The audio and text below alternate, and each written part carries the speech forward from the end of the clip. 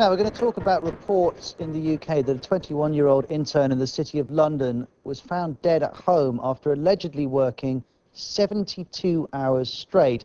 Now, the post-mortem results are yet to be announced, but there are already calls for the finance industry to reform its intern programs. Well, we'll talk about those broader issues within the industry in a moment. But first of all, here's Tulip Mazunda, our global health reporter. Hi, Tulip. What do we know about the particular circumstances of this young man's death? Well, Moritz Erhardt was just 21 years old. He'd come over from southwest Germany for a 7-week internship with Merrill Lynch. He was described back home as somebody that was very dedicated to his work. His parents described him as their sunshine. He was coming to the end of his internship when his body was found in his accommodation in East London. We don't know very much about the circumstances exactly surrounding his death, but reporters have been speaking to other people who shared his accommodation, and they're the ones that have said he went several days without any sleep in the weeks leading up to his death. He did also suffer with epilepsy. We don't know, like you said, exactly how he died, but that post-mortem result is due out in the next month. And whatever the circumstances of his death, presumably working for 72 hours or staying awake for 72 hours is not going to do our bodies any good. No, and it's also the doing that long term. I mean, you can go a week, 2 weeks, you know, on adrenaline, you know, working in very stressful environment. But once you're doing that week after week, you know, day in, day out, week after week, it does become a problem. I mean, the BMJ, the British Medical Journal, did a very substantial piece of work on shift work last year. They spoke to 2 million people right across the world, and they found that you have a 23% increased chance of having a heart attack if you work those sorts of hours, and a 5% increased chance of having a stroke. And the reasons around that are that if you're working under stress, you know, short term, again, you can get through. Your body's under a lot of stress. If you've got a lot of stress, your blood pressure increases, the stress on your heart increases. There's adrenaline going through your body, that puts stress on the heart. Also in these sorts of industries, you can spend hours on end, can't you, looking at the stocks and shares, sat down, being very sedentary. You're not moving around, you're not moving your body. That can cause blood clots. So again, that can cause big problems to your health. Added to that, you're not sleeping very much, you're not eating properly, you're drinking lots of coffee. All those sorts of things basically make your body into a bit of a mess.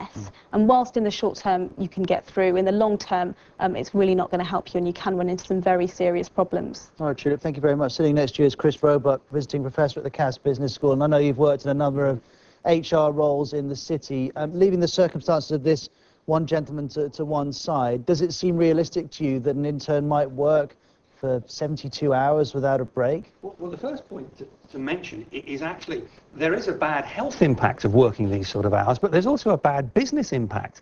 Because what's happening is we know from all the research that your performance in terms of what you're supposed to be doing for your job after 70 hours takes a dive. So it means that the organisation is paying you to do second-rate work. It means that you're churning out work that isn't good enough for clients. But of course interns want to get jobs, and so they're going to want to impress the people they're working alongside of, and so perhaps sometimes they need to be told stop, because they're going to do everything they can to impress the people they're working for. You've hit the nail on the head. It's a leadership issue in terms of somebody saying stop.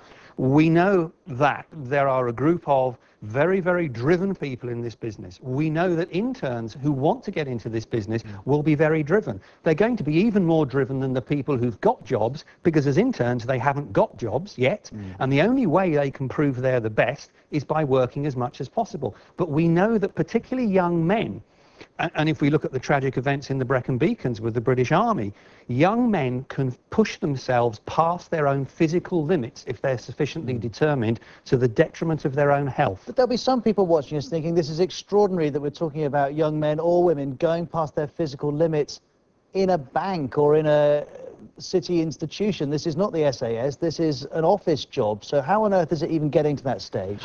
Because what's happening is these individuals are focusing on this objective as what they want to do with their life, just as much as somebody does in athletics or in the SAS. I want to be in a leading investment bank. And the problem is it's down to the leader of the team to spot when this is happening and say, I don't care if you want to volunteer. The leader of the team might be doing it as well. I mean, that's the point, isn't it, that the culture is such that everyone's putting in the hours. To some degree, everybody is putting in a lot of time, and we know that's counterproductive in terms of quality.